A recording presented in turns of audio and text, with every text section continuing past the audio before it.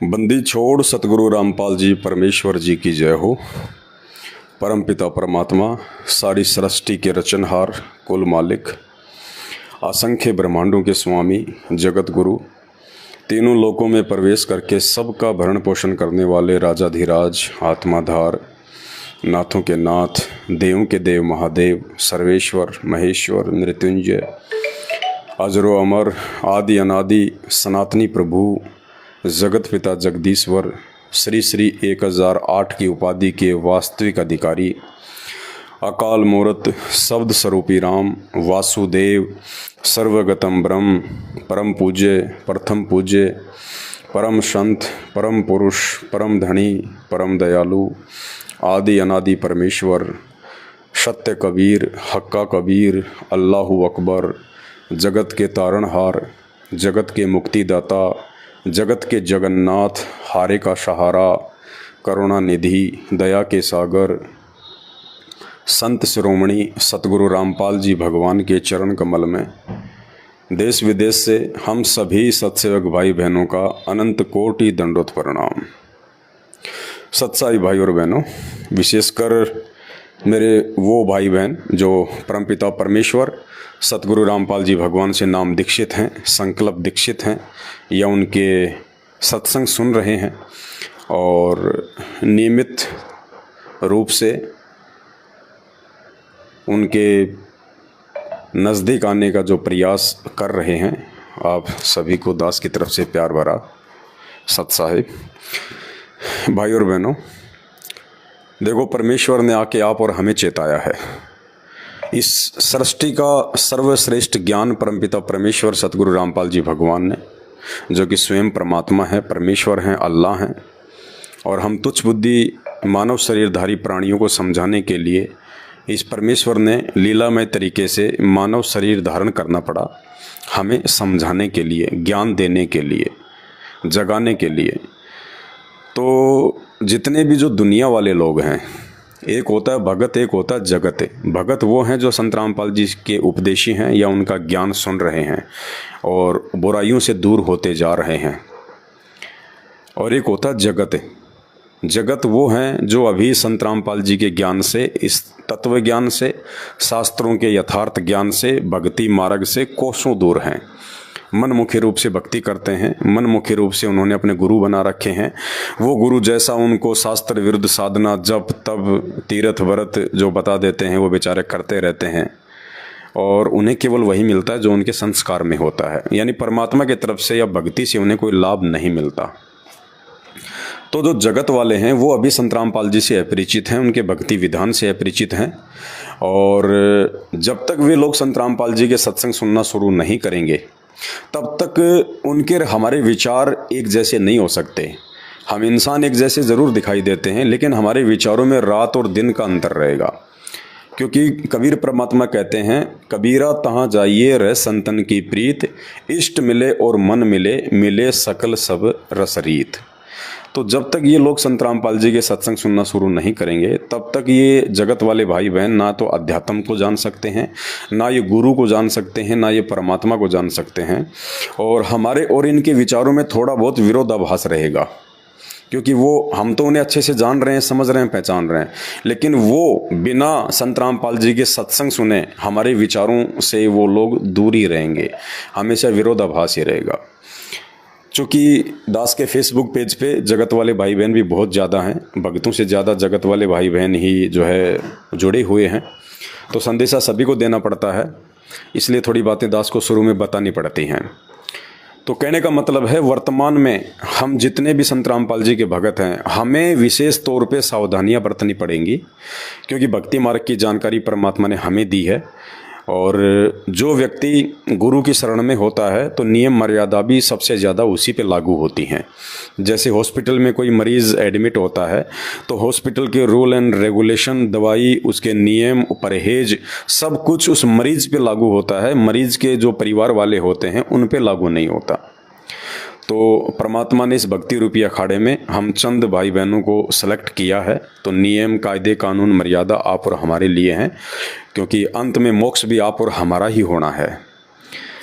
तो छोटी छोटी बातें जो समय समय पे परमात्मा के आशीर्वाद से, उनके सत प्रेरणा से आप सभी भाई बहनों को बतानी बहुत ही ज़्यादा ज़रूरी होती हैं, ताकि हम भक्ति मार्ग में, अध्यात्म में हम कोई गलतियां ना करें और हम परमात्मा के दोषी ना बन जाएं, हमारे मोक्ष मार्ग में किसी प्रकार की कोई बाधा ये काल पैदा ना करे। तो परमात्मा की दया, 2 दिन पहले उत्तर प्रदेश के बुलंदशहर में सात संगति थी, दास सात संगति में आया हुआ था, और अब परमात्मा ने दया बख्शी, दास हरिद्वार आया हुआ है। हरिद्वार से दास अब पंजाब जाएगा, वहाँ भी सात संगति है परमात्मा के आशीर्वाद से।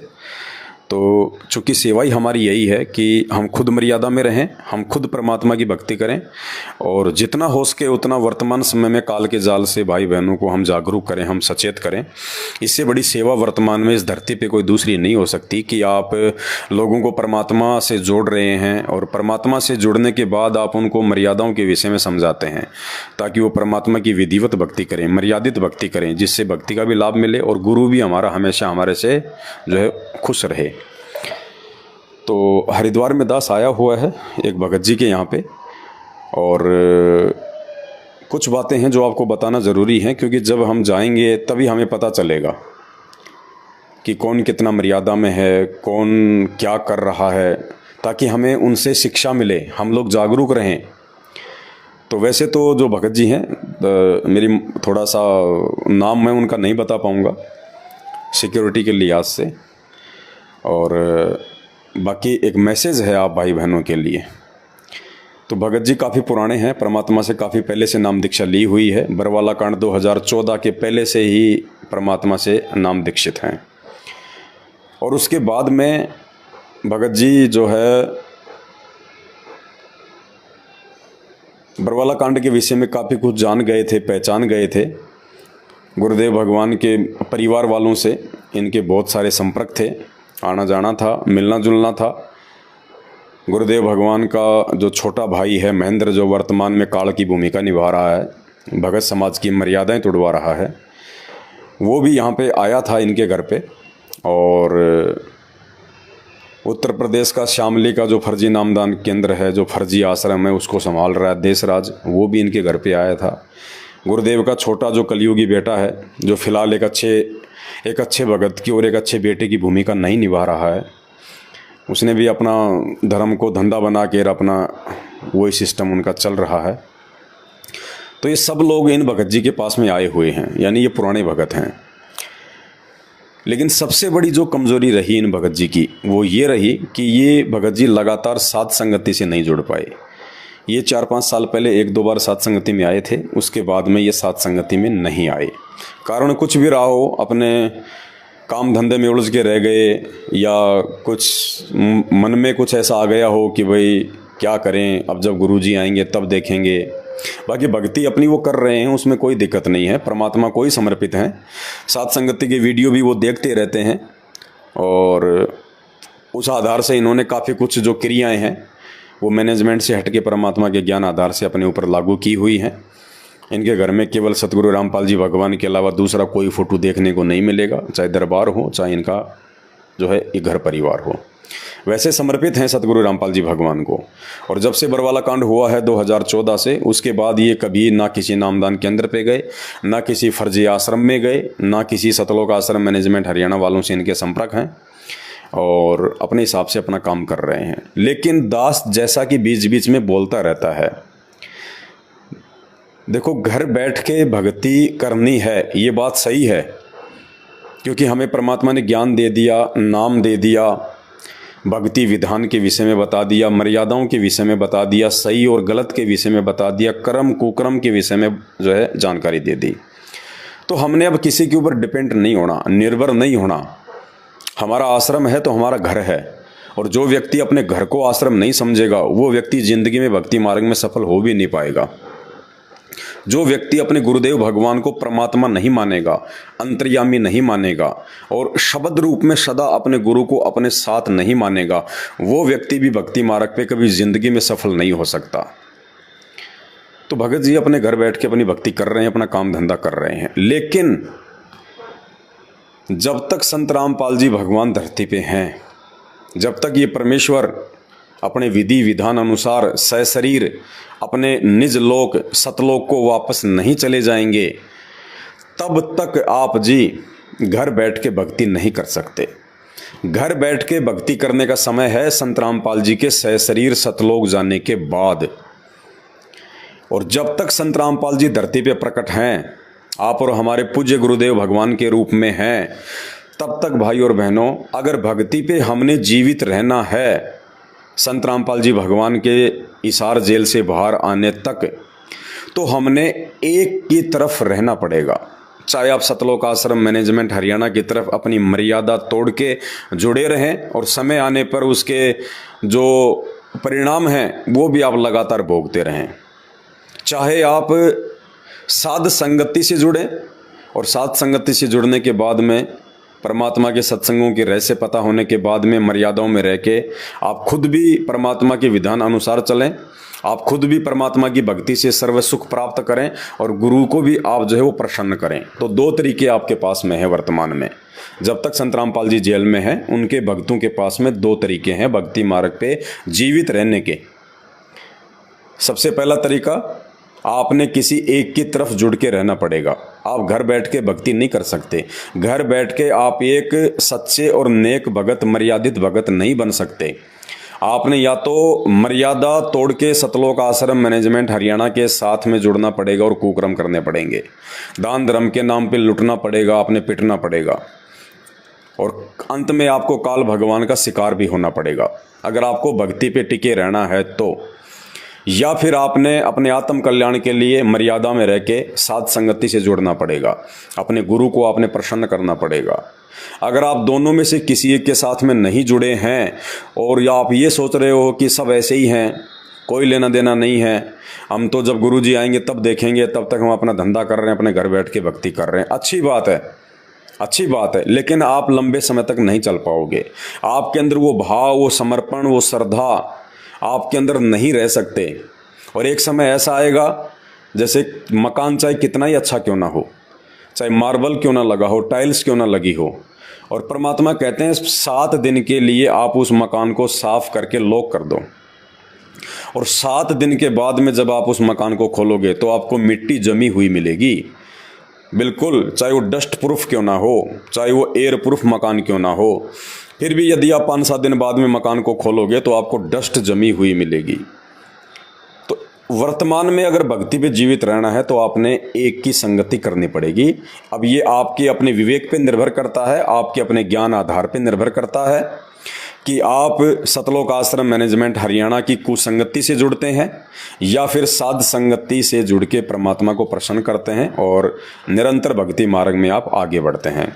जब तक संत रामपाल जी जेल से नहीं आ जाते हैं, घर बैठ के आप एक मर्यादित भगत नहीं बन सकते, चाहे आप कितना ही कोशिश कर लो। और एक समय ऐसा आएगा, वो गंदगी इतनी जम जाएगी, इतनी जम जाएगी, धीरे धीरे धीरे धीरे ये काल ऐसी कुप्रेरणा करना शुरू कर देगा कि हम परमात्मा से भी दूर होते चले जाएंगे। तो 5-6 साल से भगत जी का कोई संपर्क नहीं है, ना ये मैनेजमेंट की तरफ जा रहे हैं, ना ये साथ संगतियों में आ रहे हैं, जबकि बात इनसे बीच बीच में दास की होती रहती है और वीडियो ये देखते रहते हैं, लेकिन ये आ नहीं पाते साथ संगति में। और साथ संगति में ना आ पाने के चलते अब यहाँ आने के बाद में हमने जब देखा है इनकी रहन सहन, इनकी ये क्रिया, भक्ति क्रिया, विधि विधान, तो बहुत सारी जो है वो त्रुटियाँ नज़र आई। हालांकि भगत जियों को तो हमने जब शाम को सहपरिवार परमात्मा की साथ संगति में हम बैठे थे भंडारा करने के बाद में, तो भगत जियों को तो हमने सब कुछ बातों के विषय में अवगत करवा दिया। उन्होंने मान भी लिया इस बात को और ये भी मान लिया कि भगत जी वास्तव में साथ संगति के अभाव में, मर्यादा में पूरी तरह से भगत नहीं रह सकता, चाहे वो कुछ भी ना करे। लेकिन घर बैठ के भक्ति वर्तमान में नहीं हो पाएगी। घर बैठ के भक्ति करने का समय गुरुदेव भगवान के सतलोक जाने के बाद का है। तो कुछ एक त्रुटियां जो दास आपके सामने रखना चाहेगा ताकि हम सावधान रहें। तो सबसे पहले तो जब दास यहाँ पे आया और दास ने देखा सबसे पहले यहाँ पे कि भगत जी जो है पेशे से डॉक्टर हैं, 2 इनके बेटे हैं, अच्छी खासी फैमिली है, 20-25 लाख की गाड़ी ये मेंटेन करते हैं, यानी आर्थिक स्थिति भगत जी की ठीक है, कोई दिक्कत नहीं है, परमात्मा की रज़ा है। लेकिन भक्ति ठीक नहीं है तो फिर कुछ भी ठीक नहीं है। तो भगत जी का 2 BHK का फ्लैट है, और सबसे पहले जब दास आया घर में, हम 2-3 भगत थे, तो हमने कहा कि भगत जी, परमात्मा सतगुरु रामपाल जी भगवान का दरबार कहाँ है, दंडवत प्रणाम करना है, मालिक को नमन करना है। तो भगत जी ने कहा कि भगत जी रसोई में है, यानी जहाँ पे खाना बनाते हैं रसोई है, वहाँ पे एक कोने में उन्होंने परमात्मा का फ़ोटो लगा रखा और वहीं पे वो दीपक जलाते हैं। अब रसोई में कैसे तो दंडवत करें, ना इतनी जगह हो पाती है ना कुछ और हो पाता है। तो दास ने उनको समझाया, भाई जिस परमात्मा ने हमारे को ये कार दी हैं, कोठियाँ दी हैं, जिस परमेश्वर ने हमें ये शरीर दिया है भक्ति के लिए, पिंड प्राण जिन देने दाना और गरीब दास जाकू कुर्बाना, जिस परमात्मा को आधार मान के हम भक्ति मार्ग पे जो है वो चल रहे हैं, हम जी रहे हैं कि ये श्वासें, ये प्राण, ये शरीर, ये पिंड, ये पैसा, ये धन, ये संपदा, ये दौलत, ये मान सम्मान, सब कुछ हमें हमारे गुरुदेव भगवान सतगुरु रामपाल जी भगवान के आशीर्वाद से प्राप्त हुआ है।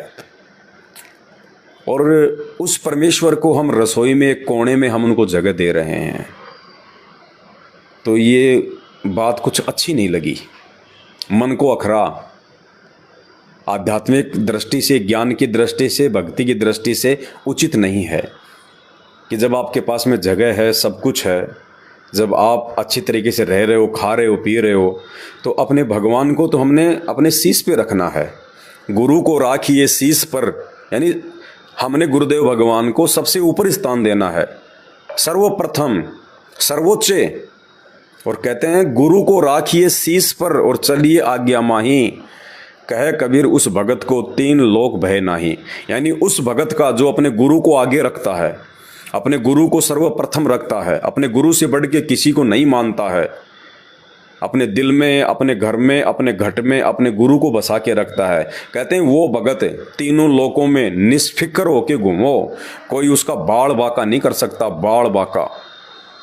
क्योंकि सतगुरु का पंजा हमेशा उसके शीश पे रहेगा, गुरु का आशीर्वाद हमेशा उसके साथ में रहेगा। तो ऐसे गुरु को हम घर में जगह होने के बावजूद यदि हम रसोई में जगह दे रहे हैं, एक कोने में जहाँ पे बर्तन भांडे रखे जाते हैं, जहाँ पे मसाले रखे जाते हैं, जहाँ पे जो है जूठे बर्तन रखे जाते हों, जहाँ पे साफ़ सफाई की जाती हो, उस जगह पे हम अपने गुरुदेव भगवान को रखें, तो ये आध्यात्मिक दृष्टि से उचित नहीं है। अब ये कमी क्यों रही? उनके भाव हैं, श्रद्धा है, सब कुछ है।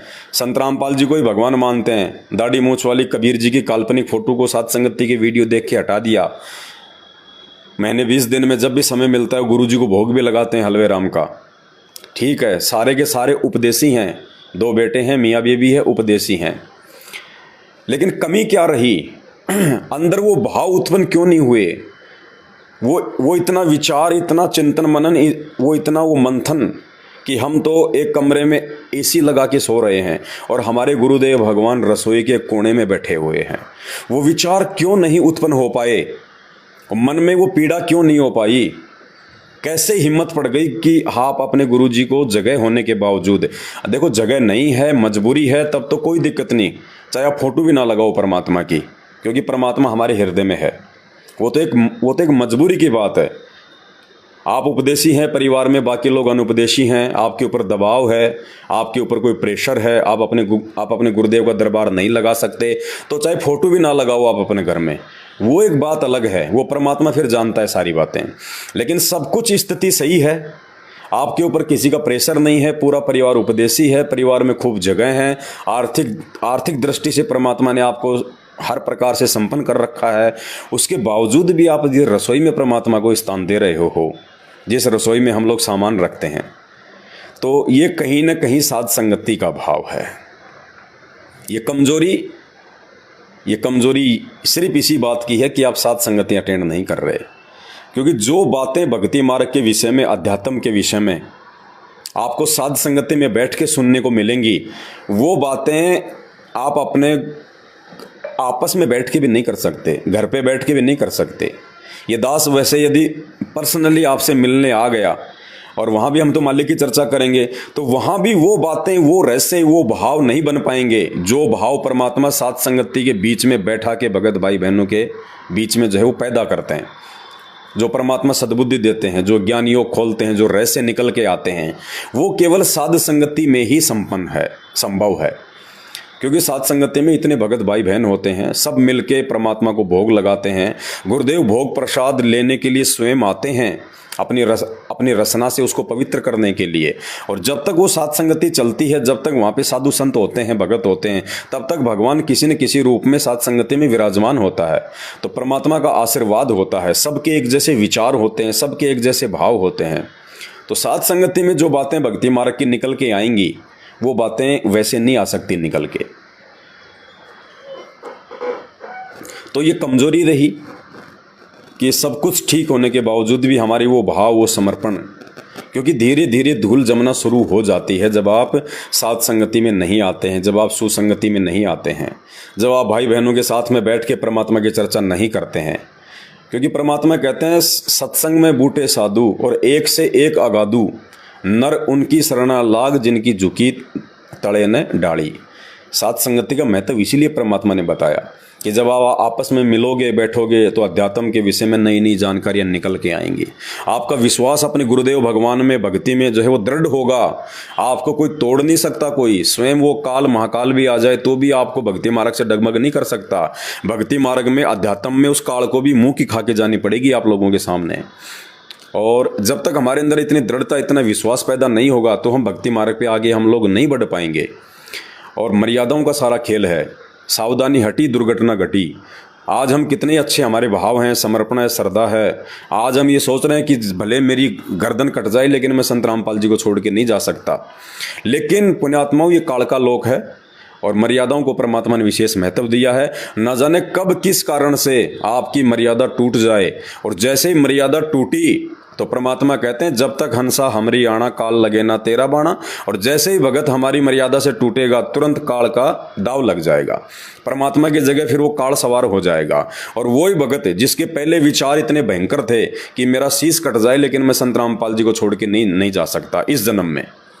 और वही भगत फिर उनकी बुराइयां भी करने लग जाता है, उनसे हट भी जाता है, दूसरे पंथों में भी वो चला जाता है, वो भक्ति भी छोड़ देता है। क्योंकि फिर हम जीव हैं, हम इंसान हैं, मानवधारी प्राणी हैं, हमारी कोई औकात नहीं है। हम लोग जो है शतरंज की गोटियां हैं, हम लोग मोहरे हैं। यहाँ दो ही खिलाड़ी हैं, केवल वो परमात्मा, कौन? सतगुरु रामपाल जी भगवान, और दूसरा 21 ब्रह्मांड का स्वामी, ब्रह्मा विष्णु महेश का पिता, वो काल। ये केवल दो ही शक्तियां हैं इस ब्रह्मांड में, बाकी सब गोटियां हैं, जीव हैं, इनकी कोई औकात नहीं है। तो ये जो 21 ब्रह्मांड जो है, ये एक शतरंज का गेम है। जैसे शतरंज का आता है ना वो चौकोर सा, तो ये जो 21 ब्रह्मांड है, और विशेषकर जो ये पृथ्वी लोक है, ये वो शतरंज का जो है वो बोर्ड है। और दो खिलाड़ी बैठे हैं, एक काल और एक दयाल। दयाल सतगुरु रामपाल जी भगवान और काल ब्रह्मा विष्णु महेश का पिता। ये दो खिलाड़ी हैं जो आमने सामने हैं, हार और जीत के लिए हैं। वो चाहेगा मैं जीतूं, दूसरा चाहेगा मैं जीतूं, हारना कोई नहीं चाहेगा। ये पृथ्वी एक शतरंज का मैदान है, और हार जीत का फैसला जो होता है वो होता है मोहरे से, गोटियां। तो जितने भी किस ब्रह्मांड में जो प्राणी हैं मानव शरीरधारी, वो गोटियां हैं। तो भाई ये गोटी यानी ये इंसान यदि उस काल के हाथ में आ गया तो काल अपने हिसाब से नचाएगा। और यदि ये गोटियां, ये प्राणी यदि अपने गुरुदेव भगवान की मर्यादा में रहेंगी, अपने गुरुदेव की आज्ञा में रहेंगी, मर्यादा में रहेंगी, अपने गुरुदेव के हाथ में रहेंगी, तो फिर ये परमात्मा इस प्राणी को चलाएगा, ये परमात्मा ही गोटियां फेंकेगा। यानी गोटियों की कोई औकात नहीं है कि वो 12 आ जाएं, 16 आ जाएं, वो किसी को जिता दें या हरा दें, नहीं। वो गोटियां फेंकने वाले के ऊपर है। तो हम जीवों की कोई औकात नहीं है। तो भाई और बहनों, बिना मर्यादा के हम भक्ति मार्ग में टिक नहीं पाएंगे, और धीरे धीरे काल हमें अपनी तरफ खींच लेगा। इसलिए जब तक संत रामपाल जी भगवान हिसार जेल से बाहर नहीं आ जाते हैं, अगर भक्ति मार्ग पे मर्यादा में रह के अगर जीवित रहना है, और यदि शरीर छोड़ने के बाद सतलोक जाना है, तो भाई आपको साध संगति, आपको सुसंगति में आना पड़ेगा। और यदि आपको मर्यादा तोड़ के अकाल मौत मरना है, काल के मुंह में जाना है, अपना सर्वनाश करवाना है, और संत रामपाल जी के आने तक आपको भक्ति मार्ग पे भी रहना है तो फिर आपने सतलोक आश्रम मैनेजमेंट हरियाणा की कुसंगति में जाना ही पड़ेगा। यदि आप नहीं जाओगे तो धीरे धीरे भक्ति मार्ग से दूर हो जाओगे। तो साध संगति नितांत आवश्यक है। आपने एक की संगति करनी पड़ेगी। अब ये आपके अपने विवेक पे है, क्योंकि परमात्मा ने हमारे को बुद्धि दी है, आध्यात्मिक ज्ञान दे दिया, दुनिया का सर्वश्रेष्ठ ज्ञान दे दिया। एक को आपने चुनना पड़ेगा कि मुझे किसकी तरफ रहना है, वरना आप गुरुदेव के बाहर आने तक भक्ति मार्ग पे जिंदा नहीं रह पाओगे। क्योंकि आने वाला जो समय है 2 से 3 या 4 वर्षों का, वो भयंकर समय होगा। वो मर्यादा तोड़ने का समय होगा, विश्वास को डगमग करने का समय होगा। क्योंकि परिस्थितियां इस कदर बिगड़ेंगी। भविष्यवाणी, भविष्यवक्ता क्या बोलते हैं हमें कोई मतलब नहीं है। हमारे गुरुदेव भगवान जो सबसे बड़े भविष्यवक्ता हैं, उनसे बड़ा कोई अंतर्यामी नहीं, कोई भविष्यवक्ता नहीं। गुरुदेव भगवान ने जो भविष्यवाणी अपनी पुस्तकों में अपने हाथ से लिख दी, वो होना है। और गुरुदेव भगवान ने भोगेगा अपना कियारे, एक पुस्तक है उनकी, भोगेगा अपना कियारे, जो उन्होंने सतलोक आश्रम बरवाड़ा में 2014 जेल में जाने से पहले लिख दी थी। और उस पुस्तक में गुरुदेव भगवान ने बहुत सारे भविष्यवक्ताओं का जिक्र कर रखा है।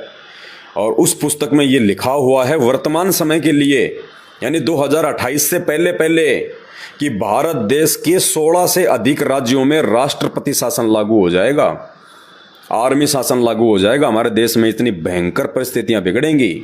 मणिपुर में आप देख रहे हो क्या हो रहा है। 2024 का चुनाव आने वाला है, क्या होगा? कोई नहीं चाहेगा हम हारें। और जीतने के लिए राजनीति कहाँ तक नीचे जो है वो गिर सकती है, आप और हमको इसका आइडिया भी नहीं है। और ऊपर से परमात्मा ने आके अपने मुख कमल से बोल दिया, लिख दिया पुस्तक में, कि भारत देश के 16 से अधिक राज्यों में राष्ट्रपति शासन लागू होगा आने वाले दिनों में। मणिपुर में क्या हो रहा है आप देख सकते हो, फ्रांस में क्या हो रहा है देख सकते हो, रूस और यूक्रेन में क्या हो रहा है आप देख सकते हो। विश्व युद्ध की पूरी तैयारी हो चुकी है। मुस्लिम देश आपस में मिलके एक होते जा रहे हैं।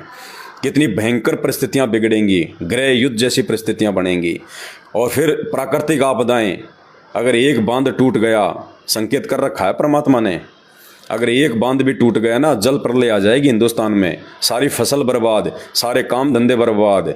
और आजकल कौन है गाँव को छोड़ के शहरों में जितने भी आदमी रहते हैं, कि हर आदमी के पास में आपको ज़्यादा से ज़्यादा 10 या 15 किलो आटा मिलेगा। शहरों में, फ्लैटों में जो भी रहता है, आपको पता है कि वो फसल तो है नहीं उनके पास में, और इतनी जगह होती नहीं है। क्या करते हैं, पैकिंग आटा लेके आते हैं 5 किलो का या 10 किलो का, इससे ज़्यादा नहीं मिलेगा आपको। और 5 किलो 10 किलो 5 मेंबर के परिवार में कितने दिन चलता है? मुश्किल से 5 दिन। तो भाई साहब, जब ये प्राकृतिक आपदाएं आएंगी, भयंकर बारिश होगी, अतिवृष्टि होगी, फसलें बर्बाद होंगी, ये अकाल पड़ेगा, भूखमरी आएगी, भविष्यवाणी हो चुकी है। और ये बहुत जल्दी देखने को मिलेगा आपको। उस समय क्या होगा? उस समय हमारा विश्वास तोड़ने का काम किया जाएगा शैतान के द्वारा, काल के द्वारा, कि ये भक्ति मार्ग से हटें, इनका विश्वास अपने गुरुजी से हट जाए। देखो, जगत तो सब उसके मुंह में है।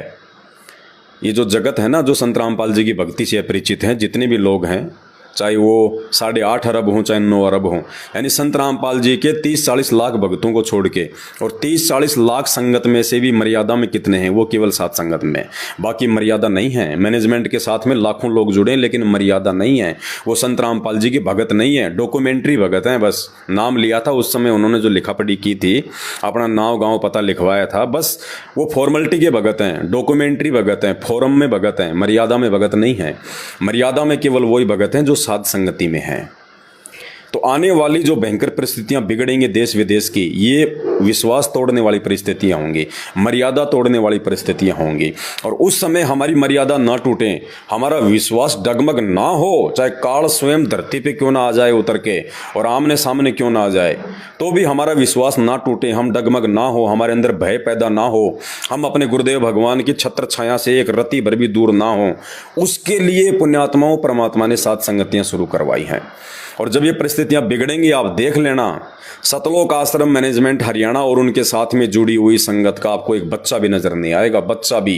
ये लोग ऐसे जाएंगे जैसे गधे के सिर से सींग जाते हैं, क्योंकि उनको विश्वास नहीं है, उनको मर्यादा नहीं है, कोई नियम नहीं है उनके, वो केवल देखा देखी में जुड़ रहे हैं। परमात्मा कहते हैं ज्ञान बिना हिम्मत पैदा नहीं हो सकती। ज्ञान बिना हिम्मत पैदा नहीं हो सकती, और हिम्मत बिना विश्वास पैदा नहीं हो सकता, और विश्वास बिना ये परमात्मा नहीं मिल सकता। तो ज्ञान इस भक्ति मार्ग की नींव है, जड़ है, और ये ज्ञान परमात्मा के सत्संग और सत्संगों को समझने के लिए ये सात संगतियां गुरुदेव भगवान ने रखवाई हैं। तो सात संगतियों से जुड़े बिना और मर्यादा रखे बिना आप उस आने वाले विनाशकारी समय में भक्ति मार्ग पे 2 कदम भी नहीं चल पाओगे। थोड़ी सी समस्या आते ही कहाँ गुरुजी और कहाँ आप, पता भी नहीं चलेगा। आज आप चाहे कितने अपने आप में 30 मार खा समझ रहे हैं अपने आप को, कितने समर्पित हैं आज आप, लेकिन उस समय क्या होगा आपको खुद को आइडिया नहीं होगा। उस समय ये दृढ़ता, ये विश्वास, ये हिम्मत उसी में रहेगी जो आज सतगुरु रामपाल जी भगवान को भगवान मान के उनकी प्रत्येक मर्यादा में रह के जो सात संगति में जुड़ रहा है, और जैसे ही उसको मौका लगता है महीने 2 महीने में एक सात संगति तो अटेंड वो करता ही करता है, क्योंकि ये विश्वास, ये हिम्मत सात संगतियों से पैदा होगी, हरि चर्चा से पैदा होगी। तो ये सात संगति में ना आने का नतीजा कि हम एसी लगा के रह रहे हैं और भगवान हमारे रसोई में बैठे हैं। तो आप में से भी यदि कोई भाई बहन इस प्रकार की गलतियां कर रहा है, भले मकान छोटा आपके पास में, अरे हम ये शरीर के कपड़े हैं, ये मैले हो जाते हैं, हम इनको साफ करते हैं, इनकी कीमत क्या है? ये 150 रुपये की टी शर्ट, 200 रुपये का लोवर, इनको भी हम अलमारी में रखते हैं कि ये मैले ना हो जाएं, ये गंदे ना हो जाएं, क्योंकि मुझे दोबारा पहनने हैं, क्योंकि ये कपड़े मेरी जो है वो इज्जत बढ़ाएंगे। यदि हम कपड़ों को साफ़ सुथरा रखेंगे, आयरन करके रखेंगे, और जब हम उनको मार्केट में पहन के जाएंगे तो लोग हमारे को क्या कहेंगे? अच्छा आदमी है, ठीक आदमी, सभ्य आदमी है। और एक ऐसे मैले कुचेले कपड़े पहन लें तो लोग कहेंगे बस ऐसा ही है, नॉर्मल आदमी है। तो ये कपड़े भी हमारी जो है वो इज्जत बढ़ाते हैं। इसलिए इन कपड़ों को भी, जिनकी कीमत क्या है 400-500, लास्ट 1000 रुपये का जोड़ा होगा, उसको भी हम अलमारी में रखते हैं सेफ जगह पे कि ये गंदे ना हो जाएं, रिंकल ना पड़ जाएं। और जबकि पता कि 1.5 साल में इनको फेंकना है, ये गंदे हो जाएंगे, जो है ये फट जाएंगे, ये पुराने हो जाएंगे, 1-2 साल में इनको फेंकना भी है। उसके बावजूद भी हम इनको अपनी इज्जत के लिए, अपने शरीर की सेफ्टी के लिए हम इनको एक मतलब सुरक्षित जगह पे रखते हैं, मकान में, अलमारी में। रसोई में कोई नहीं रखता कपड़े। सबको पता कि वहाँ पे छोकन लगेगा, वहाँ पे धुआं उठेगा, वहाँ पे गंदगी होगी, वहाँ पे छींटे लग जाएंगे। इसलिए इन कपड़ों को हम वहाँ भी नहीं रखते रसोई में एक कोने में कि चलो यहाँ रख देता हूँ और यहाँ बाद में मैं इन कपड़ों को पहन लूँगा। और भगवान जो कभी मैला नहीं होता, जो हमें सारे सुख देगा, जिसकी कीमत का कोई आइडिया नहीं है, उस भगवान को हम रसोई के कोने में रख रहे हैं, साध संगति से ना जुड़ने का परिणाम। तो ये गलती यदि आप में से कोई भाई बहन कर रहा है तो भाई आंखें खोल लेना। सतगुरु रामपाल जी भगवान और इनके दरबार से बढ़ के हमारे लिए, हमारी ज़िंदगी में दूसरी चीज़ का कोई महत्व नहीं होना चाहिए। इससे बढ़कर दुनिया में कोई चीज़ अनमोल नहीं है। और अनमोल चीज़ को, अरे और तो छोड़ो, 10-20 रुपये होते हैं, वो भी हम रसोई में नहीं रखते कि कोई उठा ना ले जाए, नुकसान ना कर दे। वो 10-20 रुपये भी हम लोग पॉकेट में या फिर पर्स में या फिर अलमारी में रखते हैं, लॉक में। और ये भगवान जिसकी कीमत का कोई आइडिया नहीं है, कोई लगा ही नहीं सकता इसकी कीमत, बेशकीमती है, तो अनमोल वस्तु है, इसको हम ऐसे रख रहे हैं वहाँ पे। तो साथ संगति से ना जुड़ने का परिणाम। तो सबसे पहला जो माइनस पॉइंट यहाँ पे दिखाई दिया, और साथ संगति का मतलब यही है कि हम जो देखें, अगर अच्छी चीज़ है तो उसके बारे में भी हम भाई बहनों को बताएं ताकि उनका विश्वास बढ़े। और यदि कोई माइनस पॉइंट है उसको भी हम बताएं ताकि ये गलती यदि कोई दूसरा भाई बहन कर रहा है तो वो भी जो है वो सचेत हो जाए, गलतियां करने से बचें। तो सबसे पहली चीज़ ये।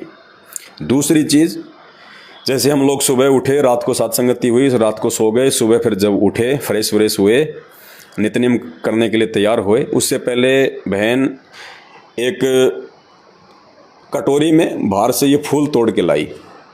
अब मुझे नहीं पता ये किस चीज़ के हैं, ये फूल बाहर से फूल तोड़ के लाई और परमात्मा के जो है वो दरबार में रख दिया। क्योंकि रात को फिर हमने एक फ़ोटो गुरु जी की, जिस कमरे में हम सो रहे थे वहाँ पे हमने एक टेबल पे रखवा दिया कि बहन यहाँ रखो, क्योंकि हमने सतगुरुदेव भगवान को भोग लगाया, हलवे राम का, खीर राम बनाई, भंडारा बनाया, तो परमात्मा को भोग लगाना था। तो फिर हमने एक कमरे में टेबल पे जो आप देख रहे हैं आप पीछे परमात्मा का, छवि। यहाँ पे हमने जो है दीपक जलवा दिया था, आप देख रहे हैं, और यहाँ हमने परमात्मा का जो है दरबार लगवा दिया। तो सुबह उठते ही बहन बाहर गई थी दूध वगैरह लाने के लिए, तो उधर से ये फूल भी तोड़ के ले आई। अब मुझे नहीं पता कि ये रोज़ तोड़ के लाती हैं या आज ही लाई हैं तोड़ के, मैंने नहीं पूछा। तो मैंने बहन को कहा कि बहन ये हमारे मार्ग में नहीं है, ये परमात्मा है, ये पूर्ण परमेश्वर है, ये फूलों से प्रसन्न नहीं होता, ये लड्डू से प्रसन्न नहीं होता, ये जलेबी से प्रसन्न नहीं होता। इस परमात्मा को यदि प्रसन्न करना है तो सबसे बड़ा फूल है मर्यादा।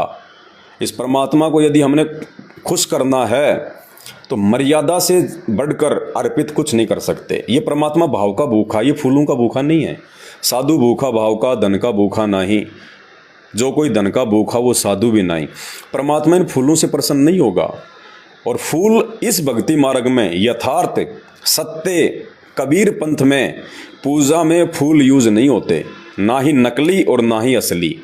जब ये असली फूल ही पूजा में प्रयोग नहीं होते हैं इस मार्ग में, संत रामपाल जी भगवान के मार्ग में, तो नकली फूलों की तो कोई जगह है ही नहीं इस मार्ग में। नकली और आडंबर का तो काम ही नहीं है। ये फूल हमने नहीं तोड़ने हैं, क्योंकि ये भी परमात्मा की आत्माएं हैं। ये जड़ योनि है, एक होती है चेतन और एक होता जड़। हम इंसान हैं, जितने भी ये पशु पक्षी हैं, ये सब जो है वो चेतन योनि में आते हैं, जो चलते हैं फिरते हैं, आभास करते हैं, सारा चीज़ है। और ये जो पेड़ पौधे हैं ये हैं, ये जड़ योनि हैं, यानी इनको सब कुछ आभास होता है। जब पेड़ को हम लोग जब काटते हैं तो उसको भी महसूस होता है, क्योंकि पेड़ जो है वो बढ़ रहा है, पेड़ हमारे को जो है वो फल दे रहा है, पेड़ हमारे को ऑक्सीजन दे रहा है। वो भी एक योनि है। जो व्यक्ति मानव शरीर में भक्ति नहीं करते उनको फिर वो योनियाँ प्राप्त होती हैं, कष्ट भोगते हैं फिर वो। तो ये पेड़ जो हैं, पौधे जो हैं, ये योनि हैं। हमने बेवजह इनको नहीं तोड़ना, नहीं काटना। हमें परमात्मा ने जिन जिन पेड़ पौधों को, जिन जिन साग सब्जियों को, जिन जिन फल फ्रूट को जब परमेश्वर ने सृष्टि रची थी, और परमात्मा ने जिन जिन पेड़ पौधों का यूज करने के लिए हमें आदेश दिया हुआ है, भाई सब्जी के तौर पे या फल फ्रूट के तौर पे या गेहूं, जौ, जवार, मक्का, बाजरा, हमने बस केवल उन्हीं का यूज करना है। बाकी हमने राह चलते हुए हमने किसी पेड़ का कोई जो है वो पत्ता भी नहीं तोड़ना, हमने बेवजह कोई फूल भी नहीं तोड़ना, बेवजह हमने कोई डाली भी नहीं तोड़नी है। ये परमात्मा के विधान के विपरीत है। अब ये फूल तोड़ के लाई बहन, अब ये फूल है, पता नहीं इस फूल पे कितने सूक्ष्म जीव बैठे थे। देखो हर किसी का अपना जो है वो परिवार है, फैमिली है। क्या पता ये फूल हैं, बहुत छोटे छोटे जानवर आते हैं, सूक्ष्म जानवर आते हैं, और ये तो विशेषकर सावन का महीना चल रहा है। क्या पता किसी मच्छर ने, किसी मक्खी ने अपने अंडे पैदा करके या अपने बच्चे पैदा करके उनके लिए वो भोजन लाने गई हो, वो कोई खाना लाने गई हो, खुद का पेट भरने गई हो, और जब वापस आई हो तो उसको अपने बच्चे नहीं मिले, उसको अंडे नहीं दिखाई दिए वहाँ पे। वो कितनी रोएगी, कितनी दुखी होगी, और वो दुर्शीष देगी। क्योंकि आत्मा जब रोती है ना, तो वो ये नहीं है कि वो मुंह से बोलेगी तो ही मिलेगी। आत्मा परमात्मा का अंश है, और जितनी मोह ममता आप और हमारी अपने बेटा बेटी में है, वैसे ही एक मच्छर की भी अपने बेटा बेटी में है, एक मक्खी की भी, एक चींटी की भी अपने बेटा बेटी में उतनी ममता है, बल्कि इंसानों से ज़्यादा मोह ममता जानवरों में है। तो क्या पता कितने हजारों लाखों की संख्या में जो है वो सूक्ष्म जीव इन पत्तों पे, इन पेड़ों पे रहते हैं। और वो बेचारे पता नहीं कहाँ जा रहे थे, वापस आएंगे, खुद खाना खाएंगे, फिर अपने बच्चों के लिए लेके आएंगे, और वापस आए तो ना उनको बच्चे मिले, ना उनको वो फूल मिला। तो वो आत्मा रोएगी, वो मुंह से श्राप नहीं देगी, उसको नहीं पता कि वो कौन तोड़ ले गया, वो अंतर्यामी नहीं है, लेकिन आत्मा तो रोएगी, आत्मा जो है वो चिल्लाएगी। और आत्मा परमात्मा का अंश है, और आत्मा जब दुखी होती है तो परमात्मा दुखी होता है। क्योंकि भगवान आत्मा देखता है, भगवान ये शरीर नहीं देखता कि हाथी का शरीर है, इंसान का शरीर है, ये मच्छर का शरीर है। तो हमने बेवजह ये नहीं करना। ये फूलों से परमात्मा प्रसन्न नहीं होता, ये जड़ योनि है। हमने बेवजह पेड़ का एक जो है वो पत्ता भी नहीं तोड़ना है।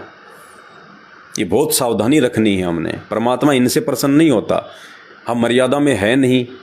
और पेड़ और ये फूल तोड़ तोड़ के परमात्मा को सोचें कि परमात्मा प्रसन्न होंगे, तो भाई वो नकली भगवान तो प्रसन्न हो सकते हैं, वो डमी गॉड तो प्रसन्न हो सकते हैं, लेकिन ये असली परमात्मा, ये रियल गॉड, ये केवल भक्तों की मर्यादा और भाव से प्रसन्न होता है। ये ना तो ये पैसों से प्रसन्न होता है, ना ये फूलों से प्रसन्न होता है। तो इस बात का हमने विशेष ध्यान रखना है। गुरुदेव भगवान सतगुरु रामपाल जी भगवान की पूजा करते समय, उनकी आरती करते समय और भोग लगाते समय हमने किसी भी प्रकार का ये आडंबर ये नहीं करना है। हमने बेवजह पेड़ पौधे वगैरह फूल पत्ते नहीं काटने हैं, ध्यान रखना।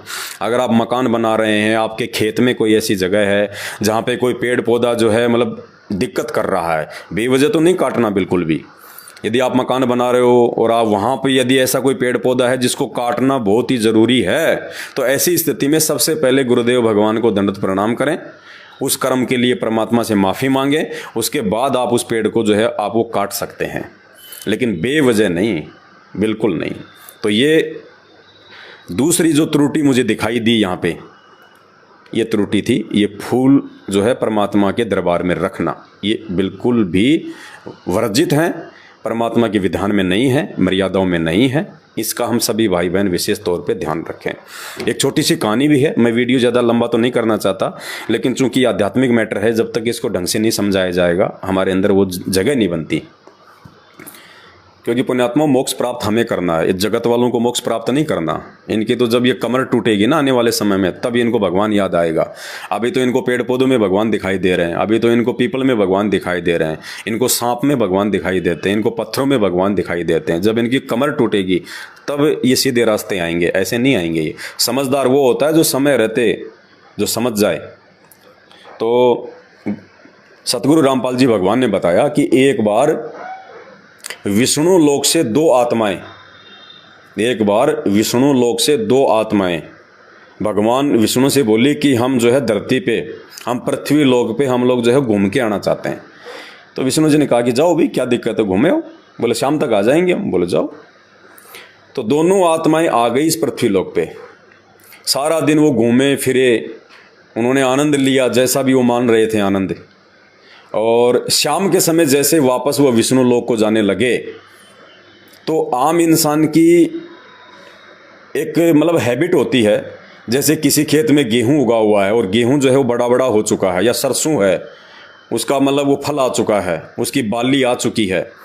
तो आम व्यक्ति की क्या एक मतलब जो है वो प्रवृत्ति होती है, वो रास्ते रास्ते जा रहा है और दोनों साइड में जो वो गेहूं है, जो है, आम व्यक्ति की ये प्रवृत्ति है, बेवजह उसकी बाल खींचेगा पकड़ के, गेहूं की, जौ की, या जैसे कोई बाजरे की फसल है, कोई और फसल है, तो उसका जो है वो पत्ता खींच लेगा, उसको तोड़ लेगा, गोल मोड़ करके वापस फेंक देगा।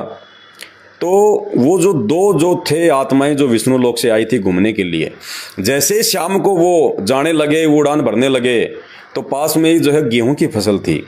तो ऐसे ही उन्होंने हाथ मार दिया उन दोनों ने, और गेहूं की बाल जो है टूट के आ गई उनके हाथ में बेवजह। और जैसे ही ऊपर को उड़ने लगे वो लोग, तो थोड़े से ही ऊपर को उड़े थे, इतने में नीचे गिरे।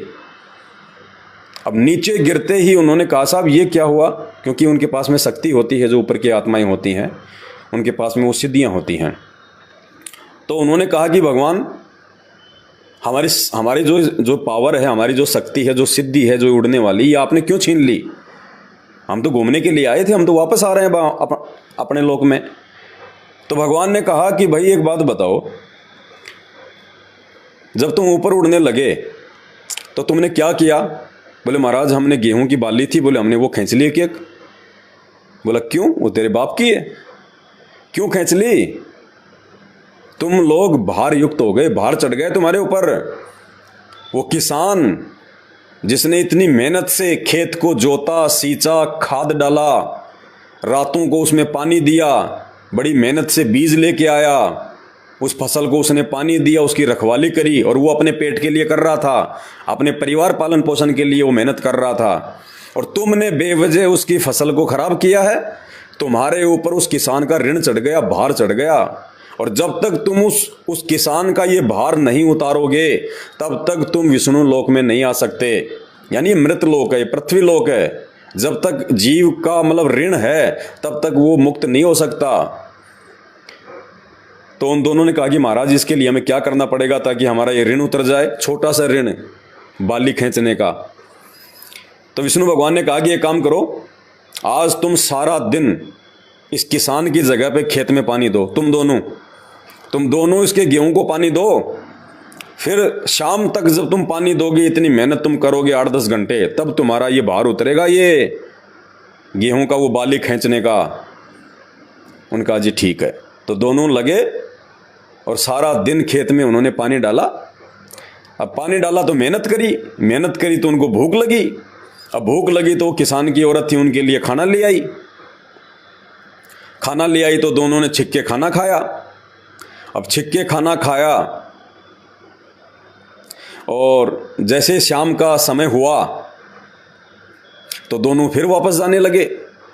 तो जैसे थोड़ा सा ऊपर उड़े, इतने में फिर भगवान ने उनको नीचे पटक दिया। बोले भगवान अब क्या हुआ? जैसा आपने कहा हमने तो वैसा किया, हमने तो ऋण उतार दिया। बोला भैया वो बाली खींचने वाला ऋण तो तुमने मेहनत करके उतार दिया, तुम लोग उस ऋण से तो भार मुक्त हो गए। लेकिन एक बात बताओ, फिर तुमने खाना वाना खाया? बोले जी खाया। बोले वो क्या तुम्हारे बाप का है? वो तेरे बाप का है क्या? वो पृथ्वी लोक का है, इस धरती का है, उसका ऋण कौन चुकाएगा? तुम भार युक्त हो चुके हो।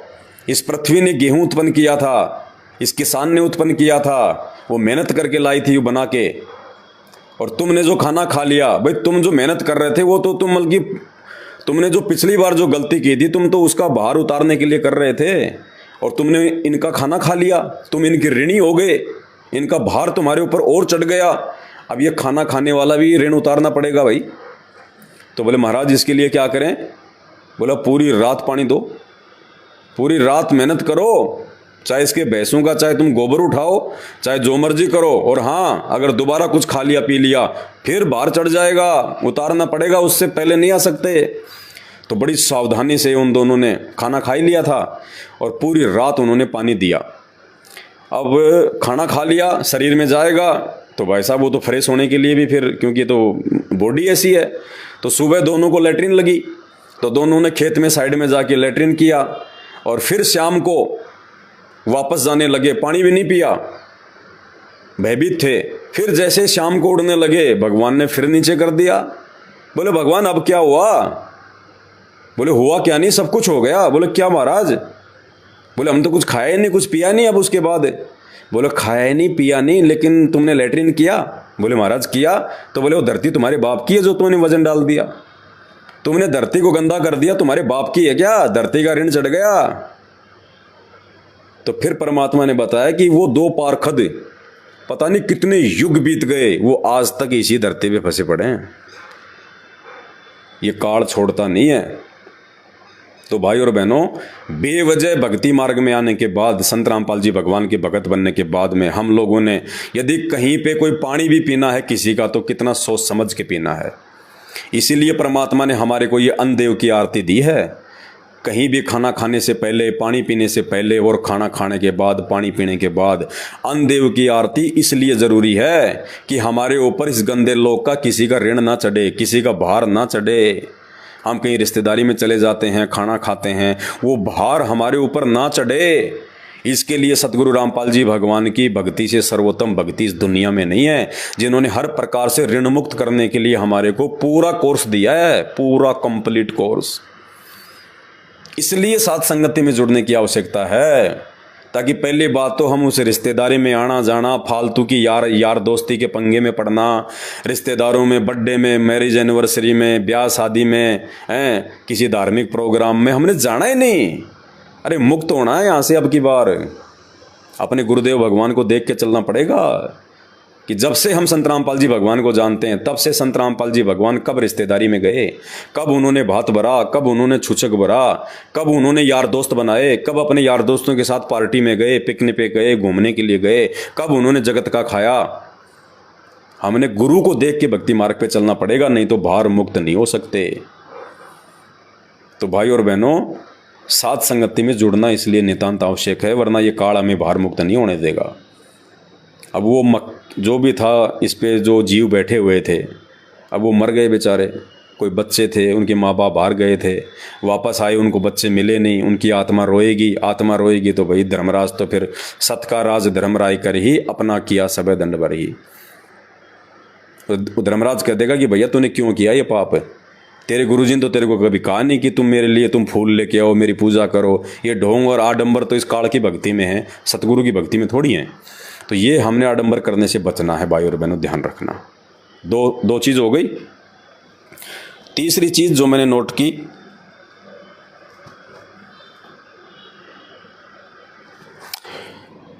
तीसरी चीज़, जब आरती हम करने लगे शाम को संध्या आरती, और तो परमात्मा की दया है, अब हमें पता है कि जब सारी सृष्टि का जगन्नाथ हमारे सामने बैठा है दरबार में, तो बैठ के तो आरती हम कर ही नहीं सकते। तो हम सब ने खड़े होकर आरती करी। खड़े होकर आरती जैसे समाप्त हुई, तो अब दंडवत करने की जो विधि परमात्मा जो साध संगतियों में जो बताते हैं, उस विधि से वो दंडवत नहीं कर रहे। दंडवत करने से पहले उन्होंने मंत्र का जाप नहीं किया। मंत्र का जाप करने के बाद में परमात्मा की छवि की तरफ उन्होंने देखा नहीं, रुके नहीं वो थोड़ी देर, 2 4 5 सेकंड। उन्होंने जैसे सतलोक आश्रम मैनेजमेंट हरियाणा वाले करते हैं दंडवत, तुरंत सीधा लेट गए, खड़े हो गए। और परमात्मा ने हमें जो विधि बताई है, अष्ट अंग से दंडवत प्रणामा, संध्या प्रात करे निष्कामा, कि जब भी अपने गुरुदेव भगवान को दंडवत करो, 8 अंग। अब 8 अंग कौन कौन से हैं वो भी सात संगति में सब कुछ आपको बता रखा है। वो 8 अंग जमीन से स्पर्श होना चाहिए और विधिवत होने चाहिए। सबसे पहले हम घुटने टेक के हाथ जोड़ के अपने भगवान के सामने जो भी हमारे को मंत्र मिला हुआ है, सतनाम प्रथम नाम जो भी, सबसे पहले 1 या 2 मंत्र का जाप करें, फिर आंखों से हम अपने भगवान को देखें, उसके बाद फिर हम दंडवत करें 8 अंगों से। तो ऐसा इन्होंने चारों प्राणियों ने नहीं किया। तो हमने कहा कि भगत जी देखो कितनी बड़ी आप लोग ये त्रुटि कर रहे हो। आप इतने दिनों से सात संगति की वीडियो भी देख रहे हो, लेकिन वीडियो देखने मात्र से वो चीज़ें सारी हमारे अंदर नहीं आएंगी। जो विशेष फायदा, विशेष लाभ, विशेष जानकारी हमारे को सात संगति में जाने से मिलेंगी।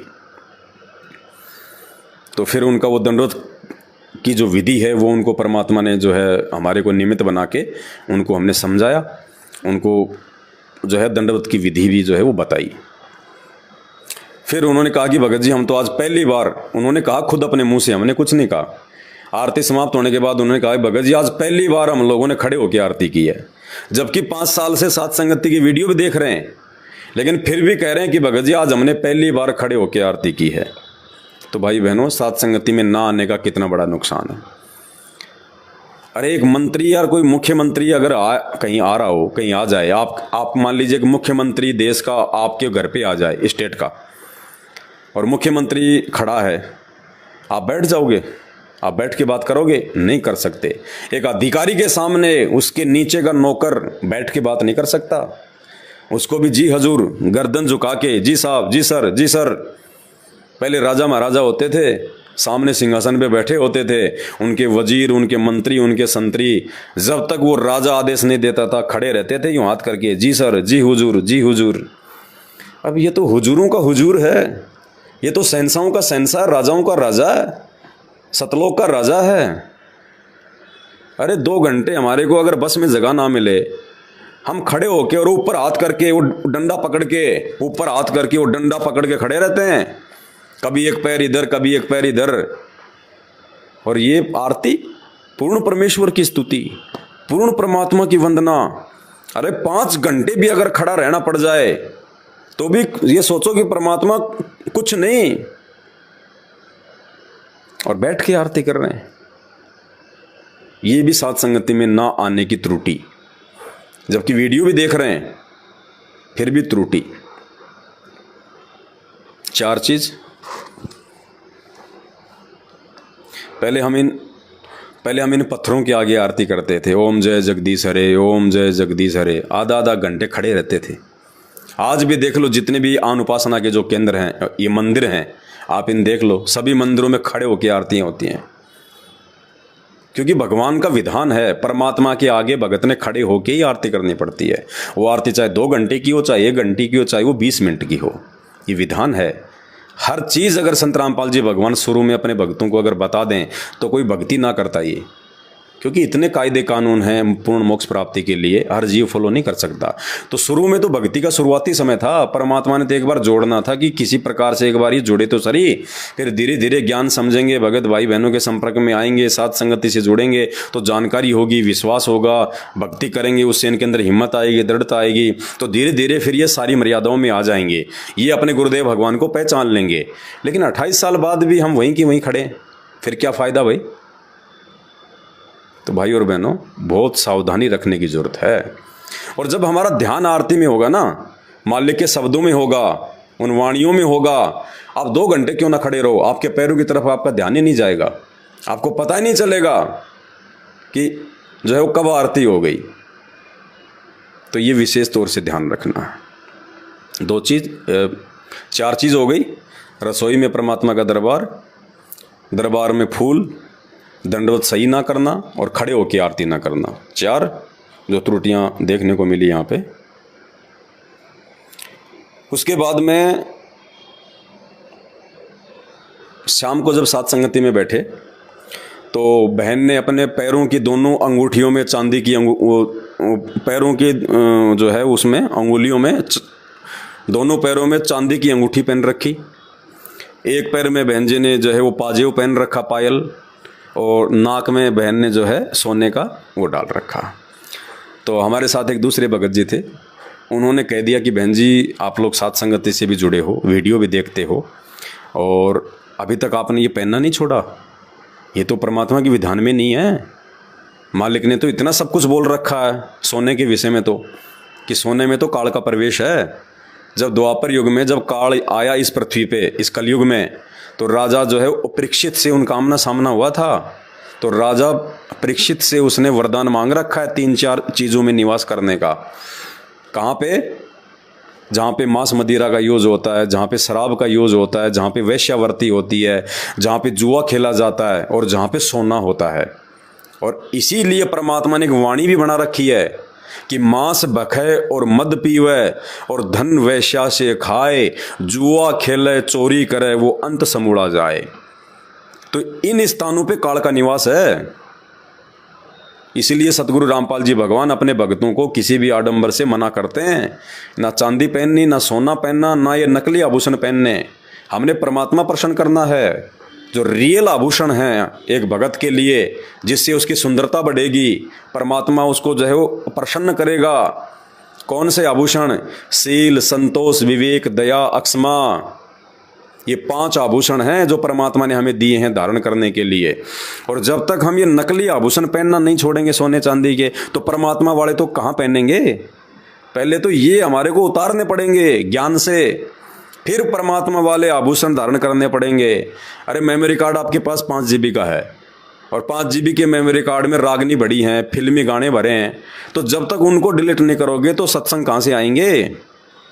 तो जब तक हम इस काल की बकवादों से नहीं हटेंगे, ये सोने चांदी, ये नकली आभूषण, आर्टिफिशियल ज्वेलरी हैं, जब तक हम इनसे दूर नहीं हटेंगे, और इनसे दूर हटा जाएगा ज्ञान से, देखा देखी से नहीं हटोगे। शर्मा शर्मे में किसी के कहने से दबाव में आके 4 दिन उतार दोगे, 5 दिन उतार दोगे, फिर पहन लोगे। जब तक अंदर से ये रोग नहीं मिटेगा, अंदर से जब तक वो हमारे को ज्ञान नहीं होगा, तब तक हम इन चीज़ों से नहीं हट सकते। जब तक हम अपनी सोच से नहीं हटेंगे, जब तक हम खुद विचार करके नहीं हटेंगे, तब तक हम परमात्मा के नज़दीक नहीं हैं। तो बोला बहन जी पहले तो आप ये उतारो, अगर वास्तव में इस परमात्मा को पाना चाहती हो तो। बाकी तो दुनिया भक्ति कर रही है, आडंबर करके तो दुनिया भक्ति कर रही है बहन जी। कबीर पंथ में लाखों करोड़ों लोग जुड़े हुए हैं, वो भी तो कबीर जी को भगवान मानते हैं, वो भी तो ये ज्ञान है, सब कुछ यही है। ऐसे मोक्ष नहीं होगा, परमात्मा के प्रत्येक विधि विधान में चलना पड़ेगा। अगर ये सोना चांदी पहनने से अगर हमारी सुंदरता बढ़ती है, तो परमात्मा ने जब हमारे को मानव जन्म दिया, हमारे शरीर में 9 छेद दिए परमात्मा ने, 9 छिद्र। तो परमात्मा क्या इतना बावड़ा था क्या? जिस परमात्मा ने 9 छेद हमारे शरीर में वो करके भेजे हैं, वो परमात्मा 2 छेद दोनों कान में और 1 छेद नाक में भी डाल देता। क्या दिक्कत आ रही थी उसको कि बाहर जाके मेरा बेटा चांदी पहनेगा, सोना पहनेगा, सुंदर लगेगा? लेकिन नहीं, ये इंसान के लिए नहीं है। ये काल हमारे से बकवाद करता है, क्योंकि ये जो सोने चांदी की जो खान जो है, ये सोना चांदी जो इस धरती में जो पैदा हुआ है, ये शंकर भगवान के वीर्य से पैदा हुआ है। जब शंकर भगवान ने काम वासना में आके जब मोहिनी के जब उसको पीछे से उसको पकड़ लिया, उसको बांध भर ली, और जब शंकर भगवान का काम वासना से वशीभूत हो गए, जब उनका वीर्य संकलित हो गया, उस समय जहाँ जहाँ उनका वीर्य गिरा इस पृथ्वी पे, वहाँ वहाँ सोने चांदी की ये खान बन गई। तो ये सोना तो काल के पुत्र का है, तो सतगुरु का भगत तो धारण भी नहीं कर सकता इसको।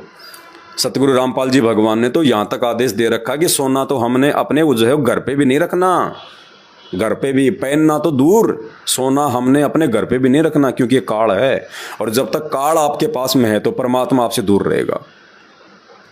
तो सबसे पहले तो ये नकली आभूषण छोड़ें, उसके बाद परमात्मा के जो असली आभूषण है, शील, संतोष, विवेक, दया, क्षमा, हम इनको धारण करें अपने जीवन में।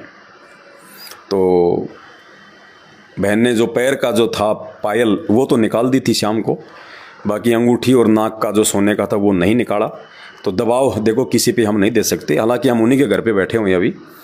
अभी हम लोग आगे की यात्रा पे निकलेंगे, पंजाब की तरफ जा रहे हैं परमात्मा के आशीर्वाद से, साथ संगति में। भले गाड़ी नहीं अपने पास में, कोई बड़ी बात नहीं है, लेकिन ये परीक्षा है। परमात्मा ये देखता है कि ये सेवा और भक्ति छोड़ते हैं कि नहीं छोड़ते हैं, इनमें थोड़ा बहुत आलस्य आता है कि नहीं आता है। गाड़ी परमात्मा लाख दे दे, सतलोक आश्रम मैनेजमेंट हरियाणा यदि हमारी एक गाड़ी चोरी करके ले गया तो कोई बड़ी बात नहीं है, परमात्मा तो लाखों गाड़ियां दे देगा आने वाले समय में। ये सारी सेवाएं परमात्मा अपने सत्सेवक बच्चों के हाथ में सौंपने वाला है, क्योंकि आज सेवादारों की छटनी हो रही है, भक्तों की छटनी हो रही है। वो बच्चा नहीं है जो जेल में बैठा है 8 साल से, सारी सृष्टि का रचनहार, जिसके चुटकी बजाते ही 21 ब्रह्मांड सतलोक से विमान की तरह चल पड़े थे, उसको कौन ऐसा बलवान शक्तिशाली है जो जेल में कैद करके रख लेगा। ये मर्जी का मालिक है, मर्जी का मालिक है। ये भक्तों का झाड़ा ले रहा है, परीक्षा ले रहा है कि मेरा कौन है, मेरे से जुड़ के मेरे को अपना गुरु बना के मेरे प्रति कौन कितना समर्पित है, कौन आज मेरी गैर हाजिरी में माया का गुलाम है और कौन मेरा गुलाम है।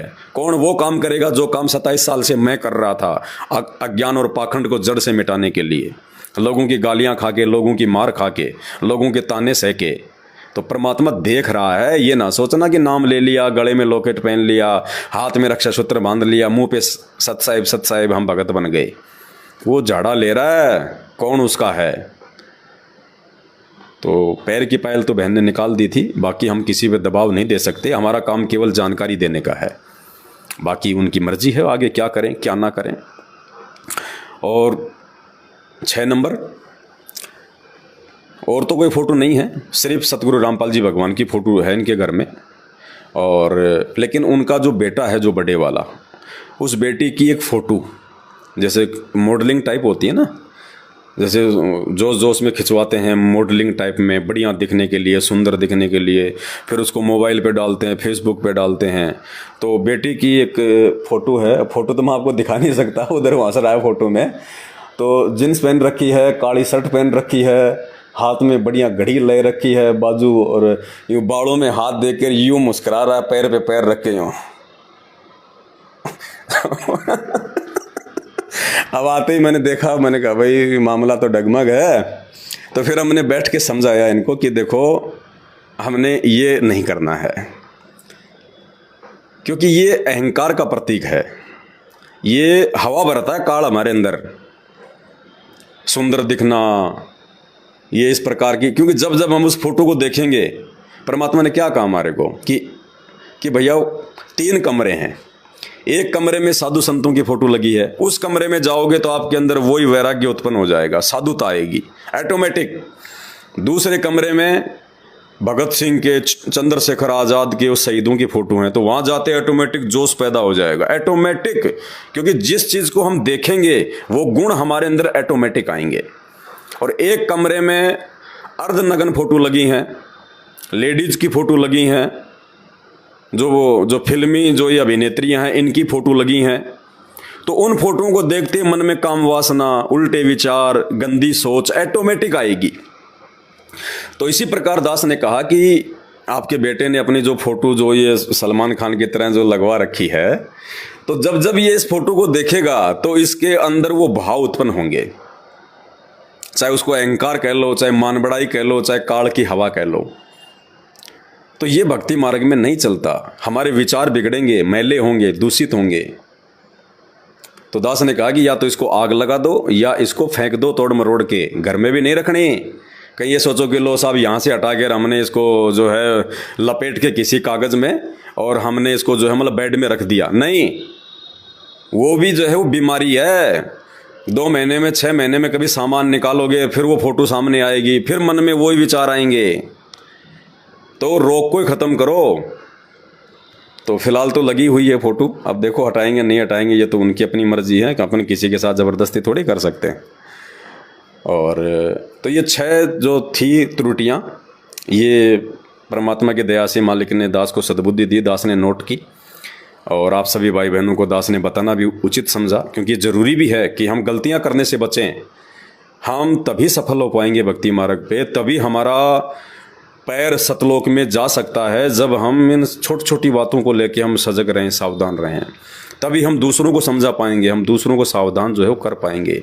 नहीं तो पुण्यात्माओं, परमात्मा कहते हैं काल कसाई तक तक मारे, पग पग पे यो बाणा। ये मौके की तलाश में है कि कब ये छोटी से छोटी गलती करे और कब इसको नीचे गिराऊं। और एक बार ये प्राणी सतगुरु की मर्यादा से नीचे गिर जाए, फिर ये काल उसको गधा बना के छोड़ देता है। फिर ये चाहे जो मर्जी करे, क्योंकि इसका एग्रीमेंट है भगवान के साथ। इसने परमात्मा से एग्रीमेंट कर रखा है कि परमात्मा आप नीचे जाओगे, ज्ञान दोगे, जीवों को सतलोक ले जाओगे। ये मालिक एक दया करना, क्या भाई परमात्मा आप अपना ज्ञान देना, आप अपनी जानकारी देना, आप भक्ति का विधान बताना, आप उनको कर्म और कुकर्मों की जानकारी देना, सही और गलत की जानकारी देना। ये परमात्मा जबरदस्ती किसी के साथ ना करना।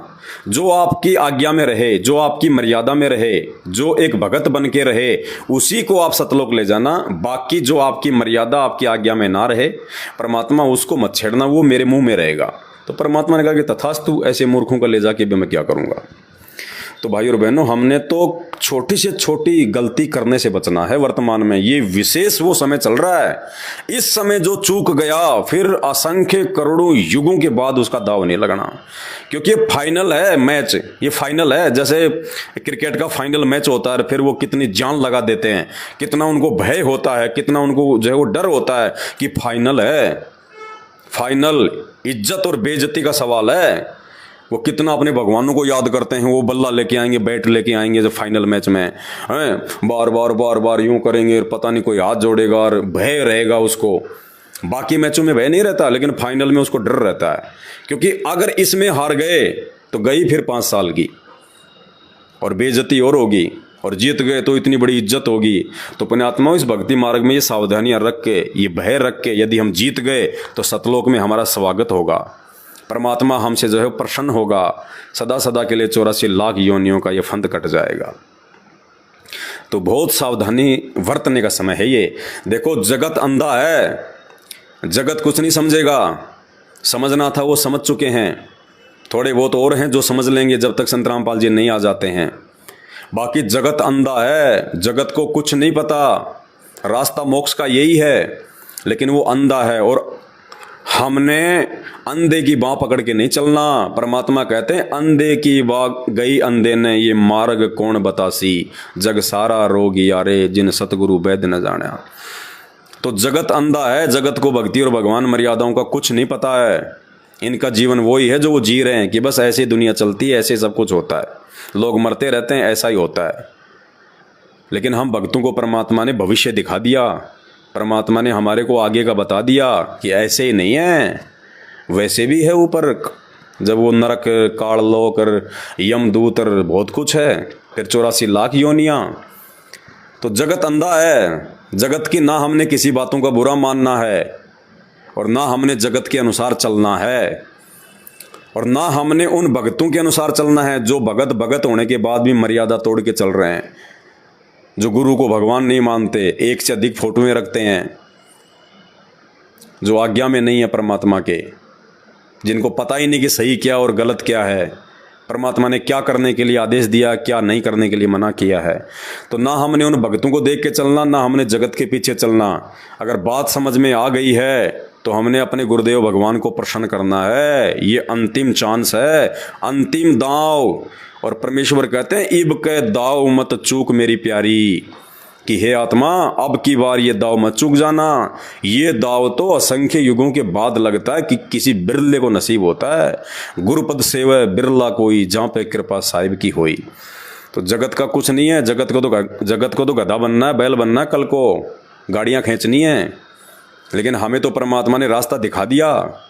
अब हमने उनकी बातों का बुरा भी नहीं मानना, और हमने उनकी किसी बातों को लेके ना दबाव में आना, ना हमने अपनी भक्ति क्रियाओं को छोड़ना है। दूसरे की मीठी मीठी भक्ति को देख के, मीठी मीठी क्रियाओं को देख के हमने अपनी भक्ति में दोष नहीं निकालना। ये काल बहुत भयंकर तरीके से तोड़ने का प्रयास करेगा हर प्रकार से।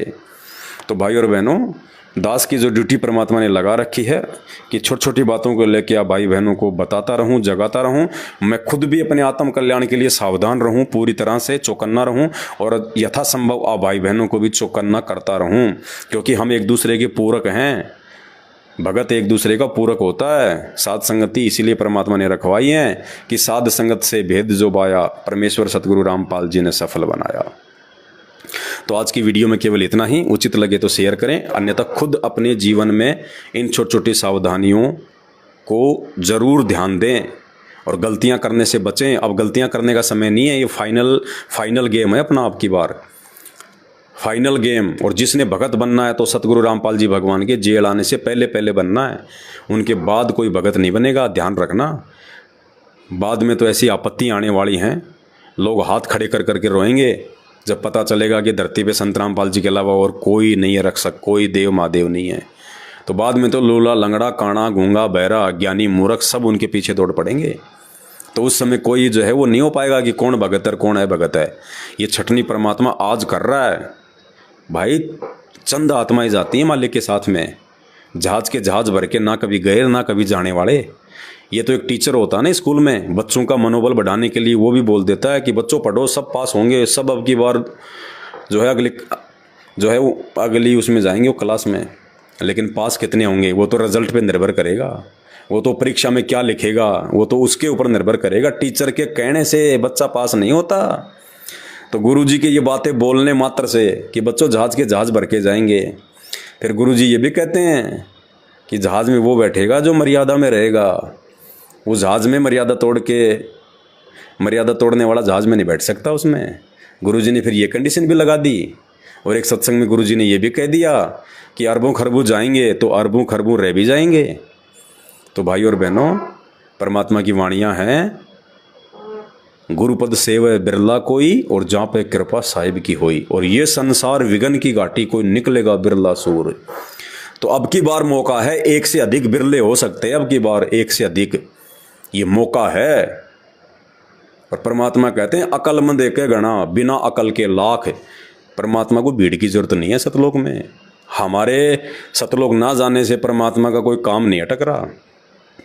ये तो हमें चिंता होनी चाहिए, हमारा स्वार्थ है, गुरुजी का स्वार्थ नहीं है।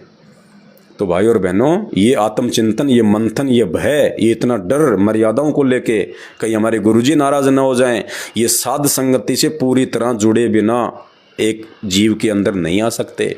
और जब तक इतना भय नहीं होगा तब तक भाई और बहनों हम सतलोक नहीं जा सकते। जन्म दर जन्म, जन्म दर जन्म, 84। तो ये फाइनल गेम है। अब की बार फाउल नहीं होना। सारे फाउल पॉइंट परमात्मा ने बता दिए। बची कुची जो कसर थी परमात्मा ने साध संगति के माध्यम से पूरी कर दी। अब भी यदि कोई नालायक व्यक्ति अपने पैर पे कुल्हाड़ी मारता है तो ये उसकी अपनी खुद की गलती है, इसमें गुरुजी का कोई दोष नहीं। तो इसी के साथ आज का वीडियो समाप्त करता हूँ।